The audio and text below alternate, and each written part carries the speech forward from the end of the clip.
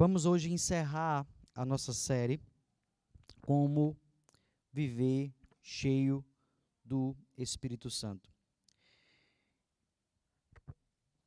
E oro para que Deus tenha despertado essa igreja para a necessidade e para a importância de viver cheio do Espírito. E por isso, nessa noite, eu quero encerrar essa série trazendo uma resposta a uma pergunta que o inimigo vai estar, então, questionando, colocando em seu coração, e eu quero que você tenha resposta para essa pergunta.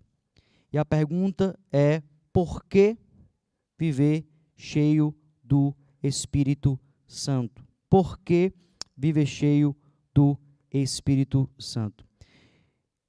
Inicialmente, é importante que a gente, então, possa pensar que uma resposta que o nosso corpo, a nossa carne traz para essa pergunta é a seguinte: rapaz, por que eu, podendo viver sentado no meu sofá, com os pés para cima, tomando um bom café, vivendo a minha vida, trabalhando normal, chegando à noite do trabalho, sentando no meu sofá, assistindo minha novela ou meu filme, e aí vindo para a igreja no domingo, e voltando à segunda-feira da mesma forma que eu iniciei, trabalhando durante o dia, à noite sentando no meu sofá com os pés para cima? Por que eu não posso viver dessa maneira? Por que não tentar viver uma vida dessa maneira? Se a salvação, por exemplo, ela é pela graça, e assim a gente aprende. Se a salvação não depende do que eu faço, já recebi notícia de irmãos que muitas vezes se irritaram quando ouviu aqui pregações chamando a prática, a santidade, ao esforço em busca da santidade, até mesmo para certificar-se de que é um eleito. E alguns irmãos então se incomodaram com isso, porque disseram: a salvação é pela graça. Irmãos que na prática, de fato, não fazem muito pela obra, nem pelo reino, nem a serviço dos santos. Porque têm vivido com uma vida com os pés para cima, sentado no sofá, e se irritam quando nós chamamos ao serviço, quando nós chamamos para se encher do Espírito, e quando eles escutam dizer que para se encher do Espírito tem que ter esforço. Para que se encha do Espírito tem que ser, como a gente aprendeu aqui, tomado pelo Espírito e renegar toda outra embriaguez que o mundo possa trazer. Para ser cheio do Espírito, tem que ser uma pessoa que vive em adoração, junto com o povo de Deus e em casa, uma vida consagrada, que está na maioria dos cultos, tenta participar ao máximo das reuniões, está na casa dos irmãos, está em casa sozinho em adoração devocional, buscando a Deus. Para ser cheio do Espírito Santo, tem que ser alguém grato, que exercita a gratidão mesmo em meio à dor, às perdas, o luto. E isso é muito difícil, isso exige esforço, exige abnegação.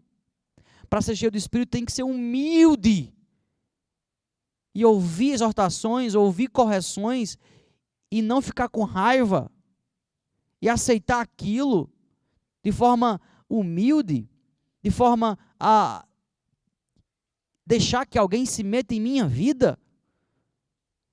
E isso exige esforço, e isso exige trabalho, e isso não é estar com os pés para cima, de fato, deitado num sofá.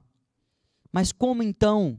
Por que então viver cheio do Espírito Santo? A primeira resposta, ali trazendo essa noite, é porque é um mandamento, irmãos.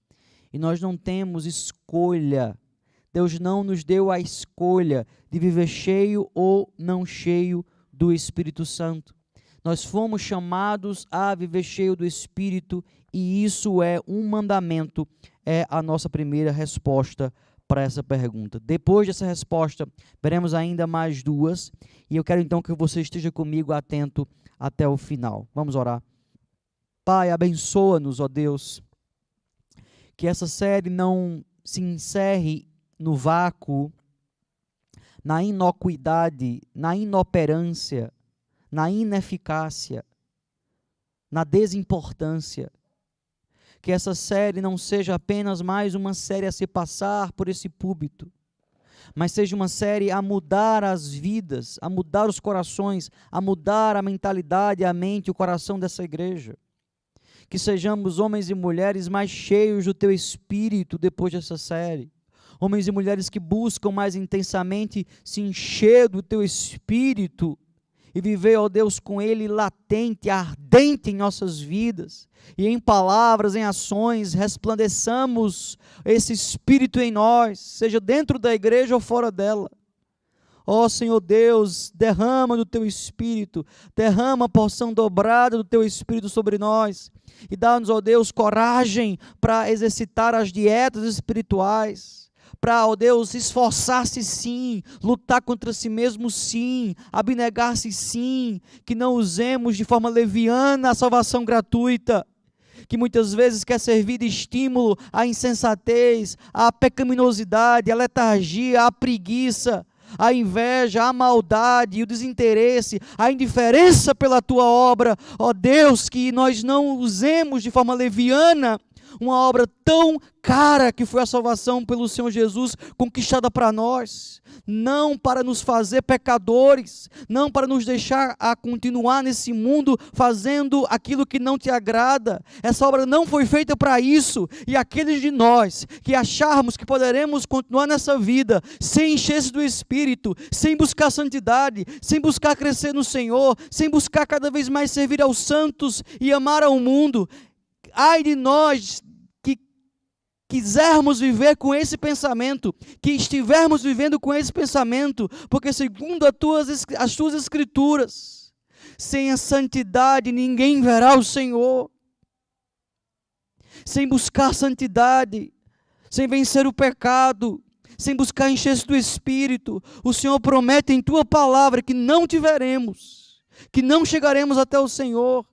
Porque a salvação ela é pela fé, a salvação ela é pela graça, mas as nossas obras refletem essa verdade em nós, as nossas obras comprovam essa salvação em nós, e ai de nós se não tivermos essas obras para mostrar, ai de nós se não tivermos uma vida verdadeiramente entregue no Teu altar, sacrificada, abnegada, em busca de dar frutos, em busca de crescer.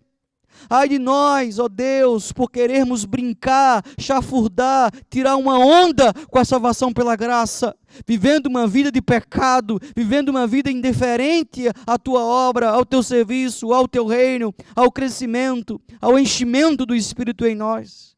Dá-nos força, ó Senhor, dá-nos força, ó Deus, para aplicarmos esses passos que vimos nessa série e nos preocuparmos em viver cheios do Espírito, sob pena de nos vermos escanteados, desprezados, expulsos da Tua presença naquele dia final, porque nunca Te amamos, e a nossa vida provou isso, uma vida indiferente à Tua obra, uma vida sem arrependimento, uma vida sem mudança, uma vida sem busca. Ó Deus, que não sejamos daquele grupo que estarão dentro das igrejas, que até mesmo farão milagres, expulsarão demônios, mas serão chamados de malditos e expulsos para o fogo eterno, porque o Senhor nunca vos conheceu, porque o Senhor nunca os conheceu. Que não sejamos desse grupo, ó Senhor. Derrama sobre nós nessa noite temor ao Senhor, temor ao Teu Espírito que habita em nós, e escutemos Ele falar, e cresçamos nele, e deixemos que Ele encha as nossas vidas cada vez mais,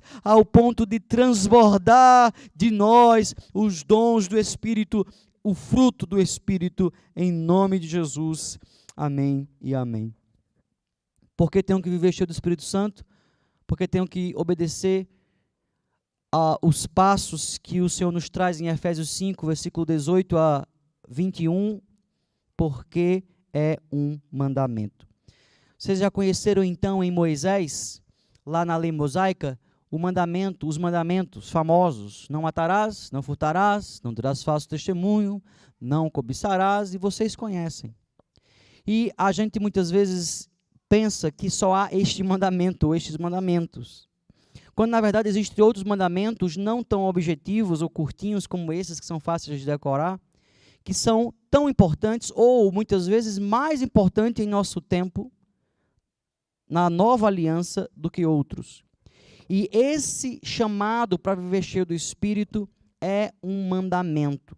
Abra lá em Efésios 5,18, nosso texto-chave que foi exposto nessa série, conjugado em Colossenses 3,16, e 17.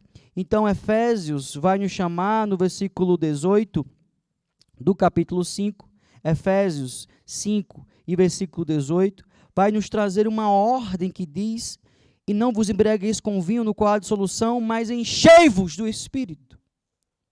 E aqui nós temos um modo imperativo.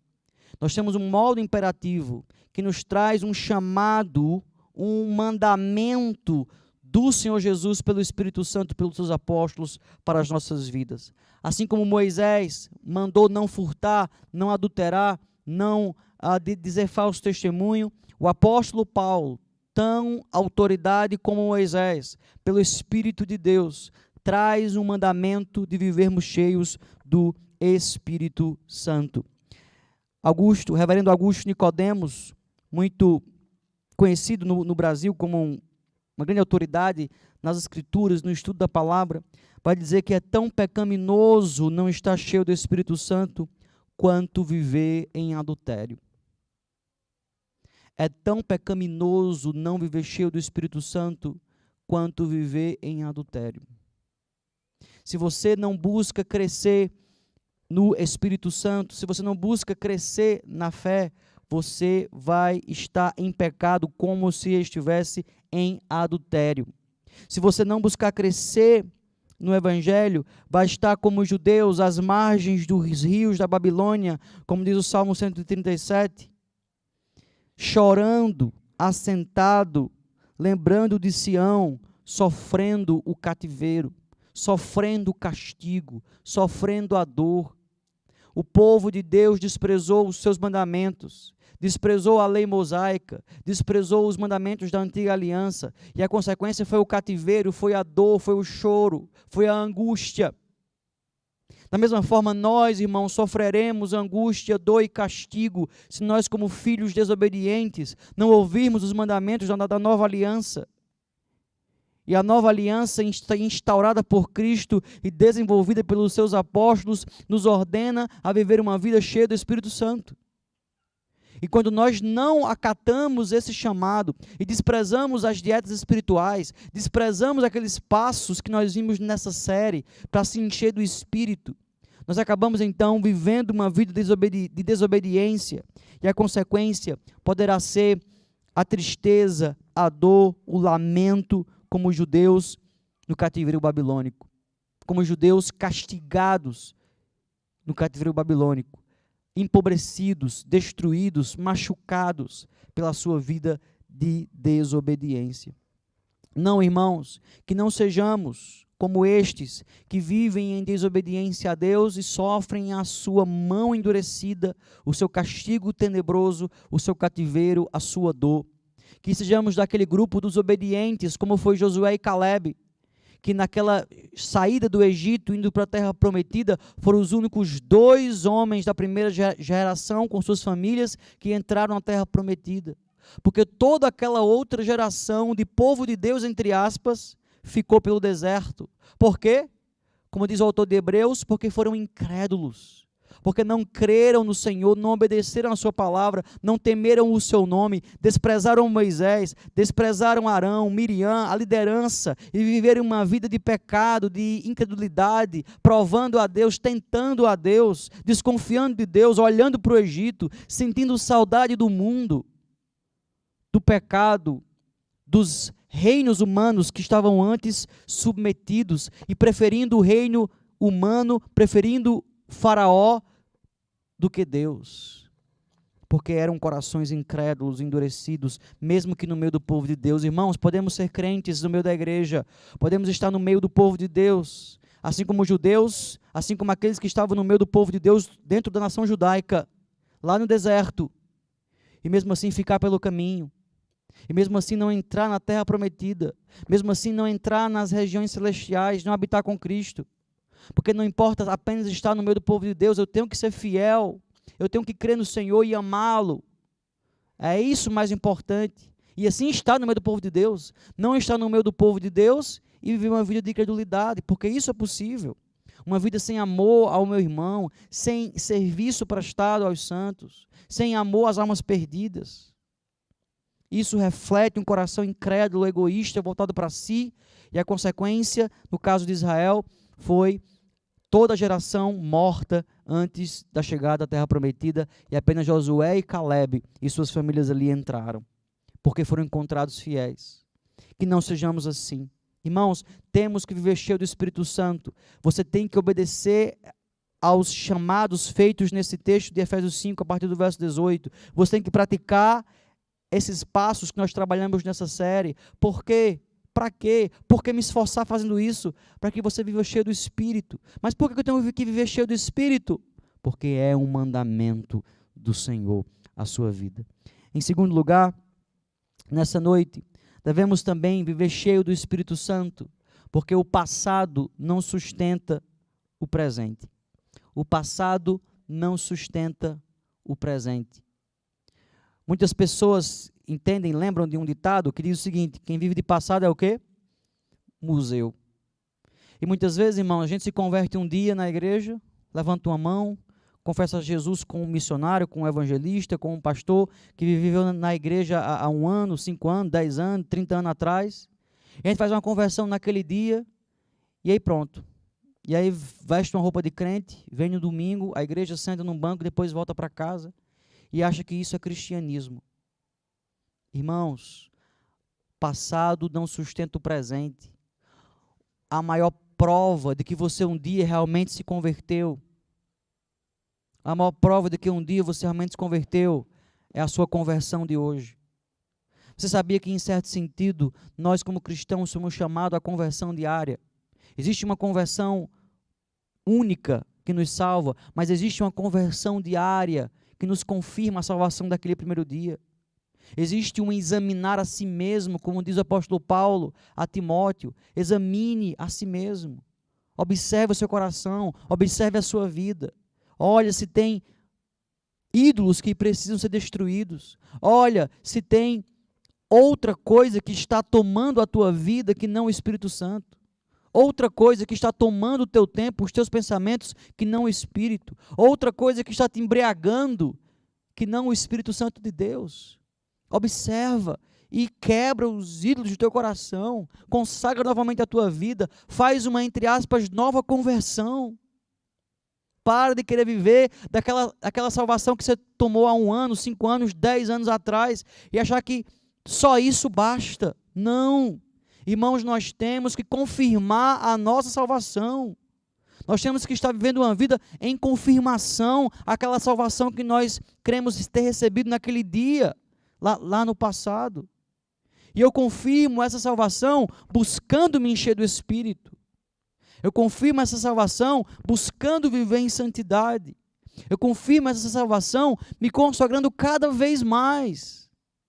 Se eu, irmão, não sou hoje muito mais santo, muito mais dedicado ao Senhor, muito mais dedicado à obra, muito mais amante do Evangelho, amante das almas perdidas, muito mais preparado para falar de Cristo hoje do que eu era 10 anos atrás, eu tenho que me preocupar muito se a minha fé é verdadeira ou não.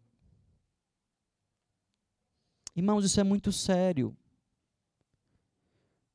Muito provavelmente, você poderá viver no meio de uma igreja 5, 10, 15, 20, 30 anos, sem ser incomodado, porque você é uma pessoa honesta, que tem bons costumes e bons hábitos, que não bebe cachaça, que não traz seu esposo ou sua esposa, que paga suas contas em dia, vive uma vida moralmente aceitável na sociedade, não dá nenhum problema relevante, escandaloso.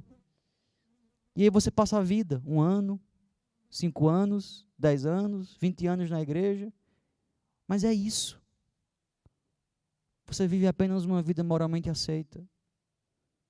Mas não desfruta das consolações mais profundas do Espírito. Não cresce na fé. Não cresce no conhecimento teológico. Não cresce no relacionamento com Deus. É uma planta raquítica, adoentada. É sempre o mesmo tamanho. É uma casa que não se edifica, que não se desenvolve, que não se expande para receber mais pessoas dentro dela, para amar mais pessoas. É uma casa que não se expande, espiritualmente falando, para que o Espírito cresça dentro dela, expanda-se dentro dela. É uma casa sempre pequena, em que o Espírito fica lá, mas parece que apertado, porque ela não se expande, ela não abrange em relacionamento com Deus, em conhecimento, em serviço, nessas práticas, nesses passos que nós vimos. Ela não adora com mais intensidade, ela não se engaja mais, ela não ama mais, ela não é cada dia mais grata, ela não é cada dia mais humilde, ela não é mais cada dia dedicada à obra, ela não é cada dia mais leitora da palavra, ela não está apta a desenvolver nada a mais em sua vida para o reino. E parece que essas pessoas muitas vezes vivem numa berlinda de semana a semana pensar, eu continuo sendo crente ou não? Vale a pena mesmo ou não vale? Porque realmente a vida cristã que você foi chamado para viver não era essa vida tão medíocre que talvez você esteja vivendo. Sem provar de consolações sobrenaturais, de momentos extraordinários com Deus, ou até mesmo do dia a dia, provar da paz do Senhor, do consolo do seu Espírito. Irmãos, fomos chamados para fazer, para amar, para cuidar, para pastorear um ao outro, para trazer pessoas para Cristo. E quando a gente não faz isso, e vive uma vida voltada para si, para a nossa família, a gente não desenvolve a fé e vive uma fé raquítica, doentia, que não cresce, não desenvolve, sempre arriscando voltar para o mundo, desviar-se. Porque você não prova da alegria mais intensa que o Espírito traz, então há sempre uma tentação para ir lá para o mundo. Como você não é tomado pelo Espírito e vive então cheio da sua alegria e paz e consolo, sempre está tentado a se deixar se embriagar pelo álcool, a se deixar se embriagar pelo sexo, a se deixar se embriagar pelo dinheiro, a se deixar se embriagar por qualquer outra coisa, porque você não é tomado, dominado pelo Espírito de Deus. Quem vive de passado, irmãos, é museu. O passado não sustenta o presente. Éfeso, a cidade para a qual a carta de Efésios foi escrita, foi palco de manifestações magníficas da obra de Deus. Lá em Atos 19, de 11 a 12, diz que Deus, pelas mãos de Paulo, fazia milagres extraordinários, irmãos. Parece que no livro de Atos, segundo o Augusto Nicodemos, no livro Cheios do Espírito, em sua obra, ele vai argumentar, interessante, que essa palavra para milagres só aconteceu aqui em Éfeso. Milagres extraordinários. Não foi um milagre, já é algo sobrenatural. Mas não foi apenas mais um milagre. Foram milagres extraordinários que Deus fez pelas mãos de Paulo, a ponto, diz Atos 19, 12, de levarem aos enfermos lenços e aventais. Um lenço de Paulo, um avental de Paulo, levava-se aos enfermos, diante dos quais as enfermidades fugiam e os espíritos malignos se retiravam. Um pedaço de roupa de Paulo, Deus fez com que um pedaço de roupa de Paulo expulsasse demônios e curasse pessoas em Éfeso. Que coisa extraordinária houve naquela cidade, houve naquela igreja. Aí você pode pensar, se tivesse uma coisa dessa aqui na igreja, esse paletó aí do pastor Leandro, não muito novo aí, não muito bonito, curasse umas 2 ou 3 pessoas, meu amigo, aí a gente ia ser fiel pro resto da vida. Aí a gente ia ficar lembrando, pegar esse paletó, colocar ele dentro de um vidro, colocar aqui no altar, todo mundo ia chegar a se benzer dentro do paletó, né? Pro resto da vida, olhando para esse paletó, porque curou 2, 3 pessoas, e aí então permanecer pro resto da vida essa igreja sendo fiel. Errado. Capítulo 2, versículo 4 de Apocalipse, o Senhor se refere à igreja de Éfeso, essa mesma igreja, em que até os aventais e lenços de Paulo curavam e expulsavam demônios. Essa mesma igreja que provou de coisas extraordinárias, até para a igreja primitiva, onde o milagre era algo que acontecia de forma comum. Até naquele momento, essa igreja provou de coisas extraordinárias. Mas chega o Senhor Jesus para Éfeso, no século 100, mais ou menos aí, em torno de 50, 40 anos depois de Paulo, depois desse momento aqui que Paulo faz esses milagres, e aí Jesus diz para essa igreja: tenho, porém, contra ti que abandonaste o teu primeiro amor. aqueles milagres extraordinários que Deus tinha feito naquela igreja, não sustentou aqueles irmãos por mais de 5 décadas. Eles abandonaram, muitos deles, o primeiro amor. E começaram a viver uma vida na igreja mecânica, uma vida na igreja religiosa. E não uma vida verdadeiramente real, apaixonada por Cristo. Talvez não é esse o caso de alguns de nós aqui nessa noite. Que talvez tenhamos provado de algo extraordinário ou maravilhoso de Deus alguns anos atrás. Um momento em que o Espírito Santo me tocou, me arrebatou, me salvou. Um momento em que eu chorei diante de Cristo, emocionado com aquelas maravilhas que Ele me mostrou.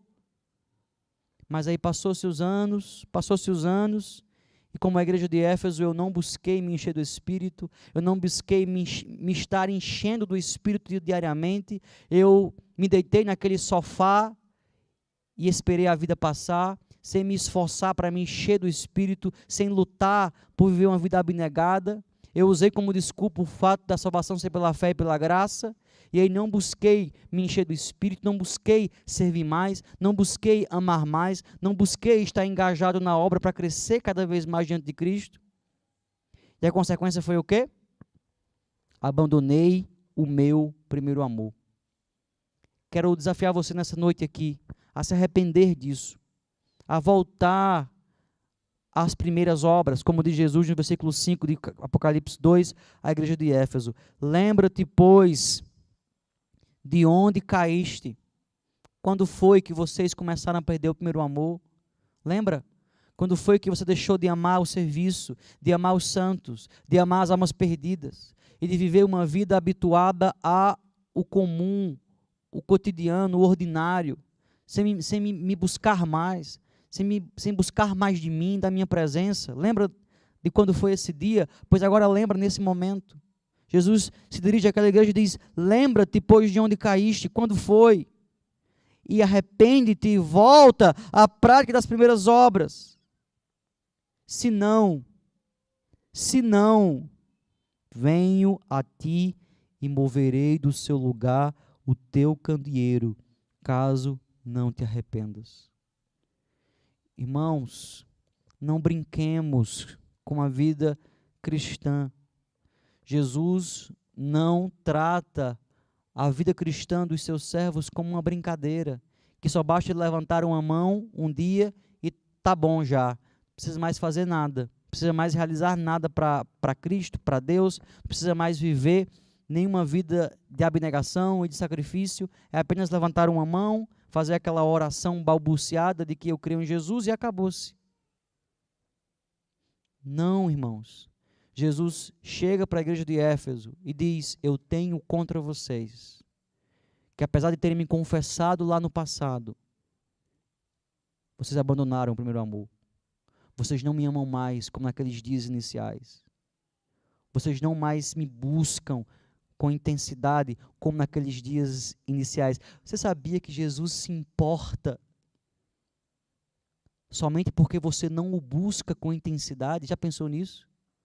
Às vezes a gente acha que Jesus só está preocupado quando eu peco, quando eu falo um palavrão, quando eu não trato bem minha esposa, meu marido, ou não obedeço meu pai e a minha mãe, ou quando eu faço um pecado escandaloso na igreja. Aí Jesus se importa e olha para mim. Não. Jesus quer uma relação intensa com você, uma verdadeira amizade com você. E quando você fica frio com Ele, quando você não o busca intensamente, quando você não o busca diariamente em oração, na leitura da palavra, quando você é indiferente ao seu chamado à obra, ao chamado ao serviço, ao chamado ao amor cristão, Jesus se incomoda. Jesus se entristece. E Jesus fica contra nós nesse momento. E diz: tenho contra vocês, que abandonaram o primeiro amor. Eu estou sentindo. Eu estou vivendo, eu estou sabendo que vocês não estão me amando como naqueles dias iniciais. E não continuem assim, porque eu não vou suportar por muito tempo esse relacionamento indiferente. Ele promete à igreja de Éfeso que se ela continuasse daquela maneira, ele moveria do seu lugar o candeeiro, ou seja, ele iria fechar aquela igreja.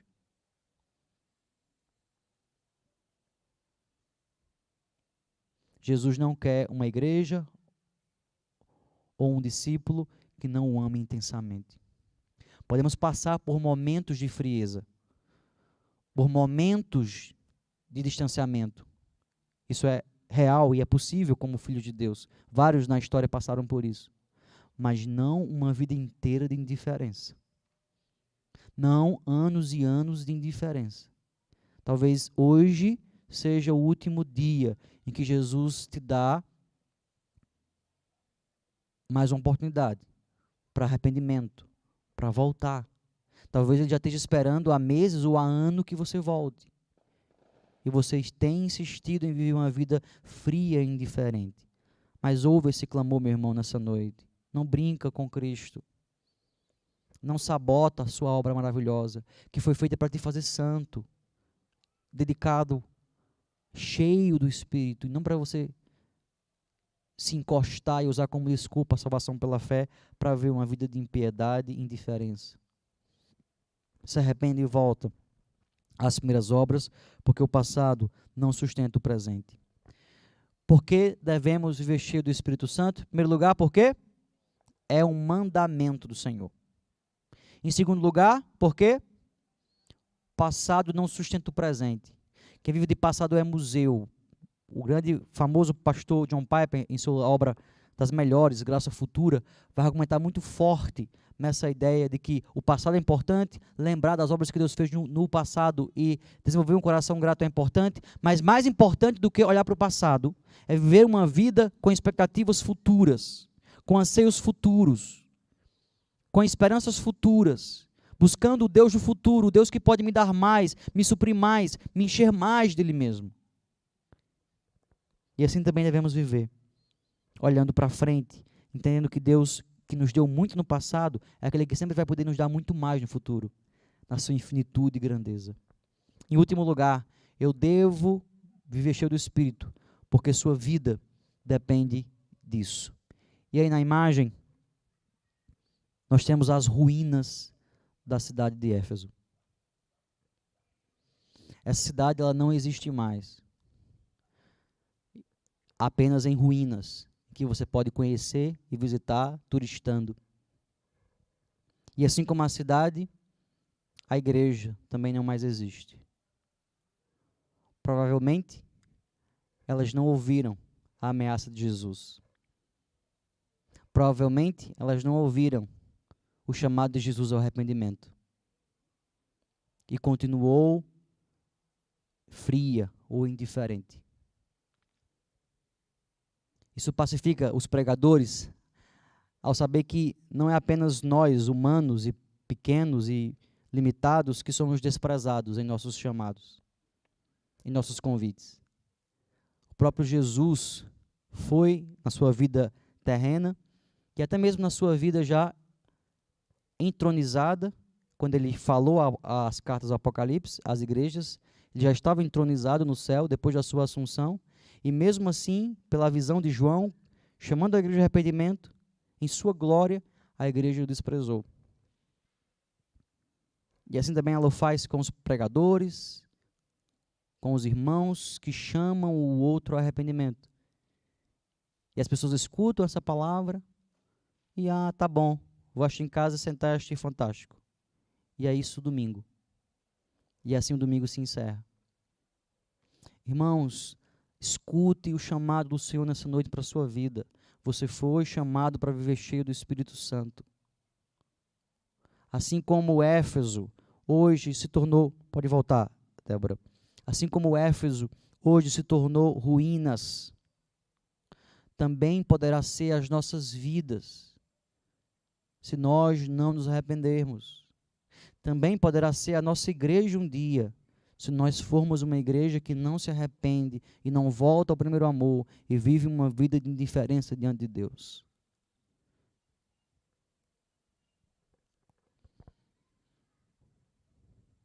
Judas desprezou o enchimento do Espírito. Esteve com o próprio Jesus encarnado. Habitou com ele, ouviu as suas palavras, ouviu os seus convites ao arrependimento. ouviu as suas ameaças, ouviu sobre o inferno da boca do próprio Jesus, ouviu sobre o céu da boca do próprio Jesus, ouviu das promessas de que ele iria preparar um lugar para os seus fiéis, viu a sua santidade, viu a sua bondade, viu a sua perfeição, habitou com ele no dia a dia, em casa, onde somente quem é realmente perfeito não erra.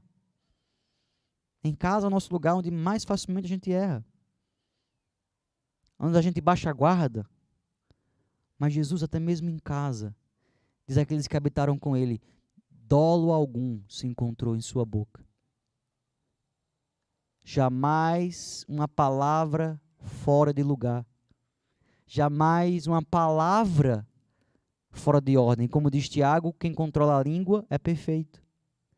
Quando Jesus não erra em nenhuma palavra, é porque ele era um homem perfeito. Porque a palavra é a área mais fácil de nós errarmos. Mas mesmo diante desse homem, Judas o traiu. Mesmo diante do próprio apóstolo Paulo, a maior autoridade da igreja no primeiro século, autor de quase metade do Novo Testamento, mesmo andando com este homem, sendo exortado por este homem, acompanhado por este homem, amigo deste homem, Demas o abandonou. Colossenses capítulo 4, versículo 14, o apóstolo encerra a carta dizendo: saúda-vos Lucas, o médico amado, que era discípulo de Paulo, e também Demas, que era discípulo de Paulo, e andava junto com ele na obra. Em Filemão capítulo 1, 23 e 24, Paulo diz: saúdam-te Epáfras, prisioneiro comigo em Cristo Jesus, Marcos, que provavelmente é João Marcos que escreveu o Evangelho, Aristarcos, Demas e Lucas, que são meus cooperadores, andam lado a lado comigo, fazem os cultos acontecer. Se fosse hoje, montam os cultos, louvam talvez lá na frente, evangelizam, discipulam, aconselham. Demas estava nesse meio dos cooperadores de Paulo, citado em suas cartas, para o resto da história do cristianismo, enquanto a Bíblia existir. O nome dele foi registrado. Mas em 2 Tessalonicenses capítulo 4, versículo 10, Paulo escreve sua última carta, já velho, aprisionado, velho e prestes a ser então condenado por Nero à morte. Ele então escreve essa última carta, dizendo que a coisa estava feia para ele, que todos o tinham abandonado. Versículo 10, capítulo 4 da 2 Timóteo, ele diz: porque Demas, lembra de Demas, que estava aqui comigo evangelizando, discipulando? Lembra de Demas? Até mesmo Demas que estava comigo na igreja ali, montava a igreja, desmontava o espaço, ia de casa em casa comigo, cuidava das finanças. Lembra de Demas? Um dos mais poderosos servos cooperadores que eu tinha. Até mesmo Demas, tendo amado o primeiro século, tendo amado o presente século, me abandonou, me rejeitou, deixou-me para trás. O que aconteceu com Demas, irmãos? Ele estava com Paulo, ele andava com um dos maiores da história do cristianismo, um homem que fazia milagres extraordinários, um homem cheio de Deus, um homem que escrevia cartas inspiradas pelo Senhor. Mas Demas não buscou se encher do Espírito Santo e talvez confiou numa conversão lá do passado e talvez confiou em ter apenas uma amizade com crentes, em participar de uma igreja, em estar no meio de um grupo de santos, mas não buscou se encher do Espírito. A consequência, Demas, assim como Judas, abandonou a fé. Qual a consequência de Judas? Morte. Morte eterna. De Demas, também a morte. Irmãos, sua vida depende disso. Viver cheio do Espírito Santo é viver de verdade para sempre. Se você não viver cheio do Espírito, tem grandes riscos de, como Judas e Demas, você morrer para Deus. Você morrer eternamente. Hebreus 10:25 diz: não deixemos, não abandonemos a congregação, ou não deixemos de congregar. E aqui a palavra para deixar de congregar, a mesma palavra para abandonar, que tem também em Timóteo 4:10, com respeito a Demas. Veja que Demas abandonou a Paulo, e tem irmãos na época dos Hebreus, na carta aos Hebreus, que estavam abandonando a igreja. E as duas coisas simbolizam a mesma coisa. Pessoas que não viveram cheios do Espírito Santo e agora não tinham mais forças para acompanhar o povo de Deus. Irmãos, como é que esse povo na Índia, que Natan falou nessa noite, como é que esse povo perseguido, maltratado, vendo seus filhos serem torturados, permanecem amando Jesus e servindo Jesus, se não for com o coração cheio do Espírito Santo? Como é que eles conseguem, se não for empoderado pelo Espírito, tomado pelo Espírito, de forma sobrenatural? Irmãos, também nós não conseguiremos permanecer firmes se não vivermos tomados por esse mesmo Espírito, dominados por Ele.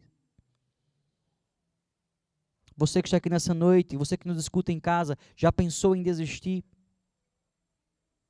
Já pensou em largar a fé? Já pensou em buscar outra embriaguez, outra tomada que não a do Espírito, outro domínio que não do Espírito? Já pensou em se entregar a alguma outra coisa que não o Espírito Santo? Se você já pensou isso, é porque nesse momento você estava frio na fé, distante de Deus, seco do Espírito. A sua chama, se ela existe dentro de você, se você de fato é crente, essa chama do Espírito estava quase apagando. E é por isso que você está sendo tanto tentado a estar buscando consolações lá fora, outras alegrias, o culto ao sexo, o culto às drogas, o culto ao próprio corpo.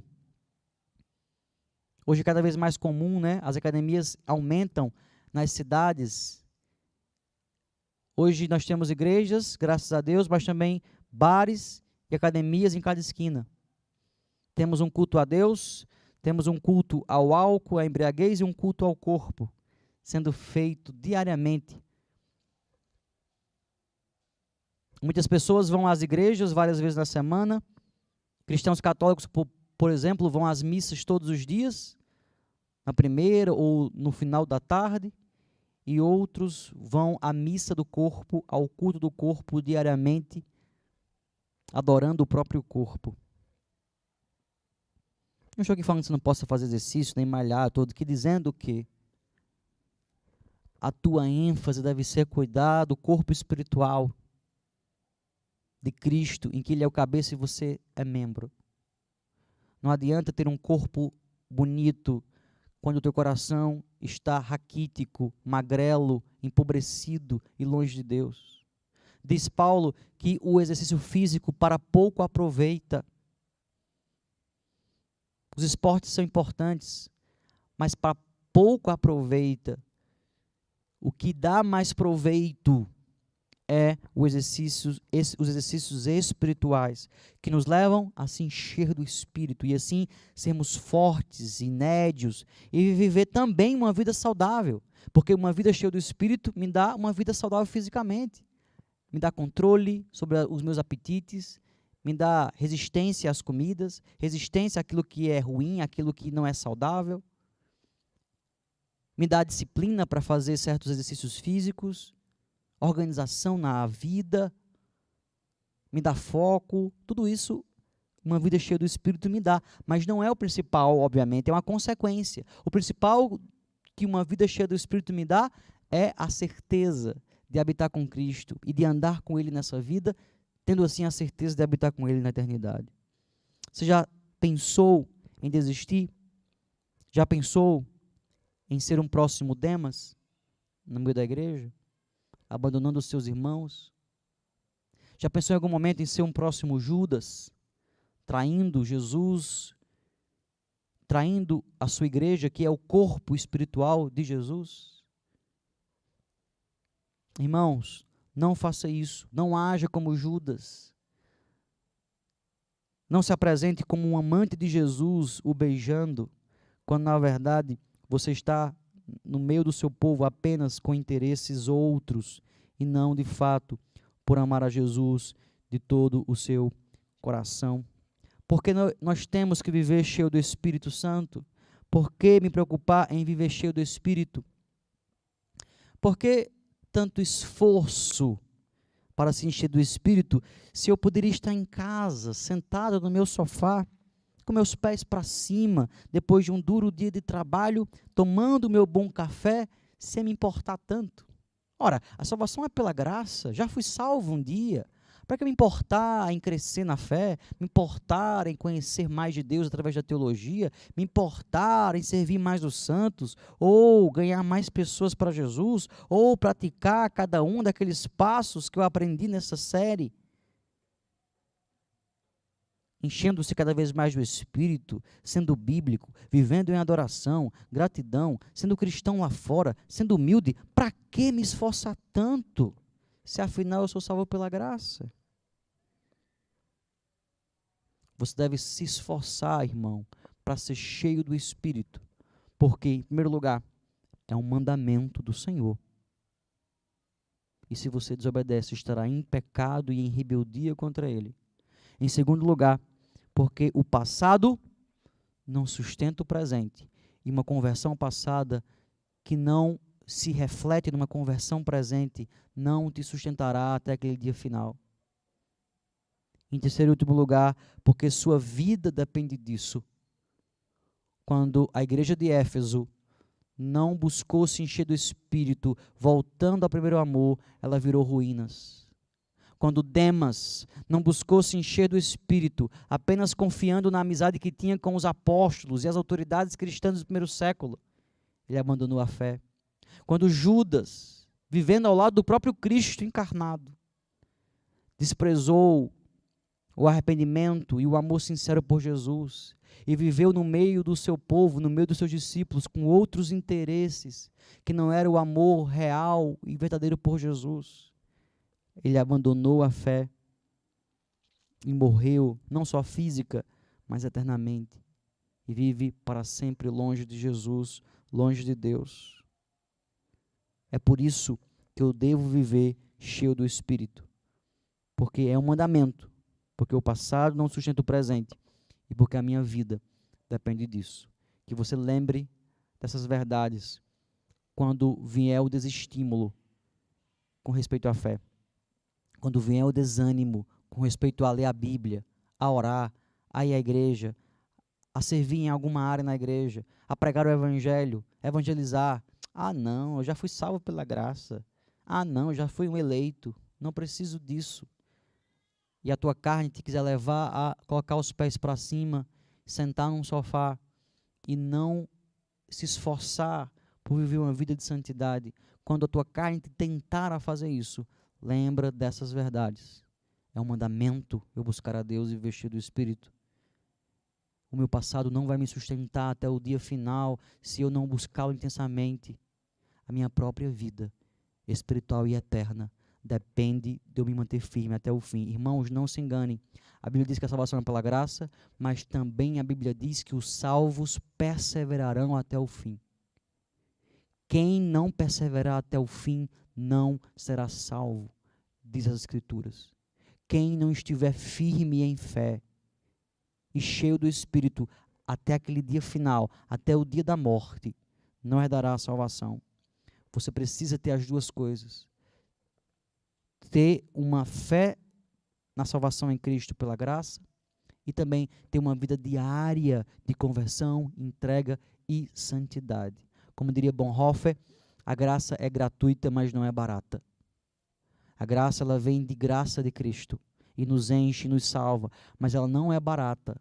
A graça, ela foi caríssima pelo sangue de Cristo derramado na cruz, e a graça, ao mesmo tempo, também é cara para nós, no sentido de que ela deve nos levar a viver uma vida de sacrifício no altar de Deus, de sacrifício, colocando nossas vontades diante do altar, sacrificando os nossos desejos pecaminosos e nos consagrando cada vez mais ao Senhor.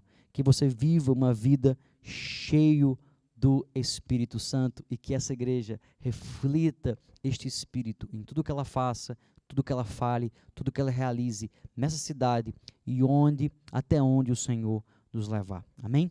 Vamos orar nesse momento. Ó Deus, nós queremos te agradecer por essa série e porque ela foi trazida pelo Teu Espírito para falar aos nossos corações, a partir do meu coração, que nós precisamos viver cheios de Ti.